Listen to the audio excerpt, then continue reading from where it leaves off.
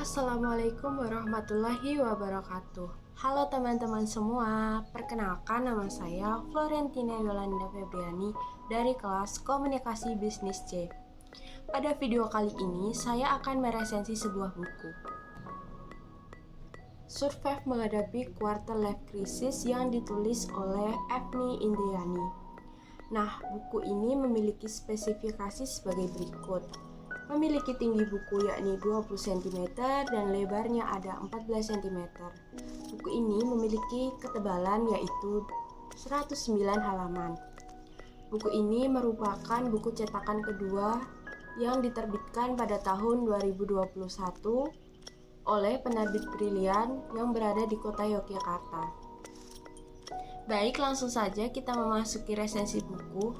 Namun sebelum itu, perkenankanlah saya untuk menjelaskan secara singkat apa sih quarter life crisis ini. Quarter life crisis ini adalah sebuah fase di mana kita mengalami kebingungan dalam menentukan arah hidup dan juga merasakan kecemasan tentang masa depan kelak. Fase ini biasanya dialami oleh dewasa, muda, atau ketika kita mengalami transisi dari remaja menuju dewasa. Pada awal buku ini, kita akan menemukan beberapa curhatan-curhatan orang-orang yang sedang dalam fase quarter life crisis ini. Di mana ketika kita sedang mengalami fase quarter life crisis ini, sebenarnya kita itu tidak sendiri.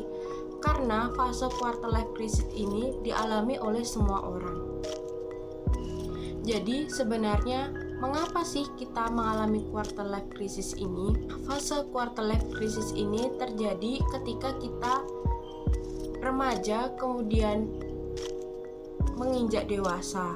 Nah, pada fase ini ketika kita sudah dewasa itu ada perbedaan pola pikir dengan ketika kita remaja. Perbedaan pola pikir ini itu dipengaruhi oleh sistem kerja otak, di mana ketika kita masih remaja, sistem kerja otak itu dipengaruhi oleh frontal lobes. Frontal lobes ini memiliki fungsi yaitu mengolah informasi, eksplorasi, dan juga mengontrol emosi. Ketika kita sudah dewasa, sistem kerja otak itu sudah tidak dipengaruhi oleh frontal lobes, tetapi ketika sudah dewasa itu dipengaruhi oleh prefrontal cortex, di mana fungsi prefrontal cortex ini berbeda dengan frontal lobes. Fungsinya adalah menimbang dan menilai, kemudian membuat perencanaan serta mengendalikan keinginan.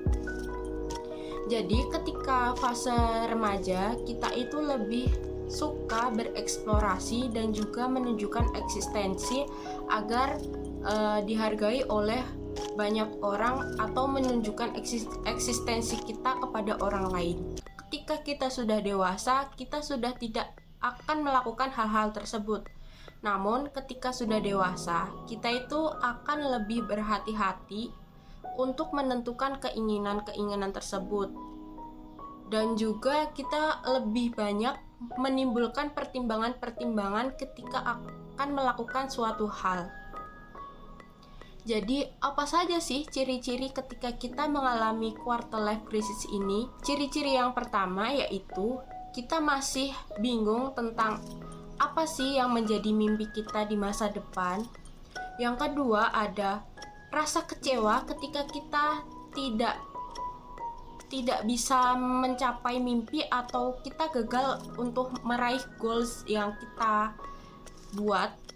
Kemudian yang ketiga ada keinginan untuk menghabiskan waktu dengan diri sendiri atau menyendiri, atau juga bisa dengan menghabiskan waktu dengan orang-orang tertentu. Yang terakhir ada menanamkan dalam diri kita bahwasanya kita itu masih muda dan kita juga masih bisa menentukan arah hidup kita.